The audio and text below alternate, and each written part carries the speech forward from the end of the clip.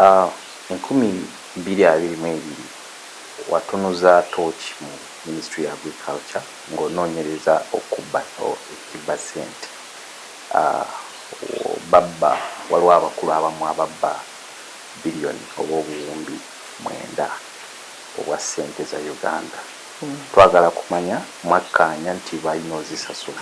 Twagala kumanya okusasula. Tetwakkaanya, twabalagira. Mwabalagira bazizze.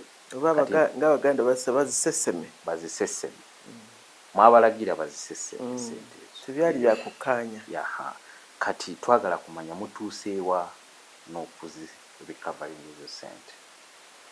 Report yasembeyo gye nafunye eraga bw'obuwumbi bwali 8 mu million mu bukadde nga 7, 8.7 billion. Kati report gye nafunye esembyeyo ng'eraga nti obuwumbi kw'obwo nga 6 baabuzizza. Kati obuwumbi nga 2 neziyitamu bwe butannaba kuzzibwa. Ogenda bakangavula otya abawatannaba kuzisesema? Nataddewo akakiiko kwegamba waliwo obuzibu ogenda n'ogamba omuntu nti gwoze ssente oba nkuwadde ssente naye ate bw'otobeera na nkola erondoola oluusi bwabeerawo obunafu ne bbanka n'awalala wonna. Kati nataddewo ekitongole ekyetongodde ng'omulimu gwakyo gwa kulondoola ssente ze tuba tugambye nti abantu bakole ki bakomyewo n'okuteekesa mu nkola ebiragiro bya IGG. Singa baba nga tebasasula era nabawadde omwezi gumu bwe batasasula katujja batwala mu kooti basobola kusasula then babasibe. Nabawadde omwezi gumu. Kati waliwo abagamba nti okubalagira nti baseseme ssente oba bazisasule tekimala kubanga basigala mu zi ministries ate abamu waliwo ebize ebiraga nti actually bali involved beetaba mu misango emirala naye jjo nga gyakubba ssente awala we babasindika okukola.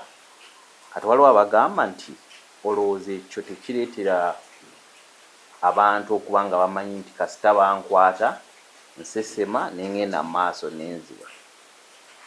Omanyi ffe tulinga kooti omusango guba n'ensonga nnyingi ezigwetoolodde.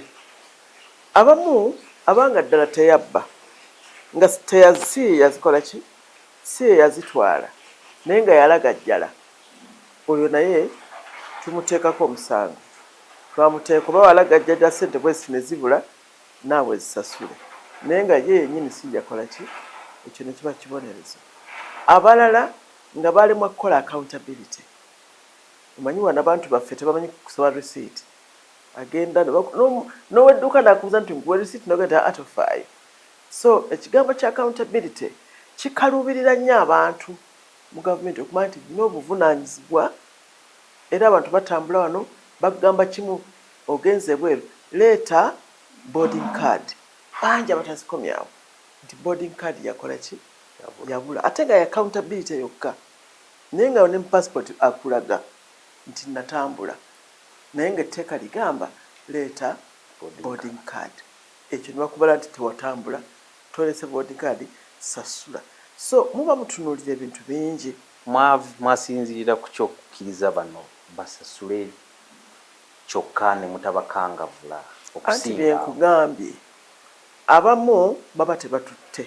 Ngamba abo abaatwala abo 15 si bonna nti 15 bali abalala be twakira bo twabejjeereza abangi twabakola ki twabejjeereza nti genda tolina musango. Kati abatone 15 mwe muli abo abatakola accountability naye nga teyatambula mwe muli yasayininga agamba nali mupya mu office nensangamu nensayininga tamanyi oyo naye ne mugamba kale oba walagajjalira omulimu kola bwoti.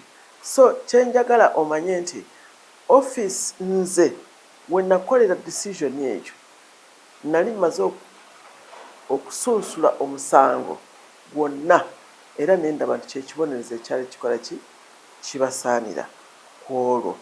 Kati ku lwange nze nalaba nga kyekibonerezo kyakikola ki abo 15 abo mwazitemaatemamu mutya buli omuzaalina okusinziira ku buli omu obuvunaanyizibwa bwe yalina.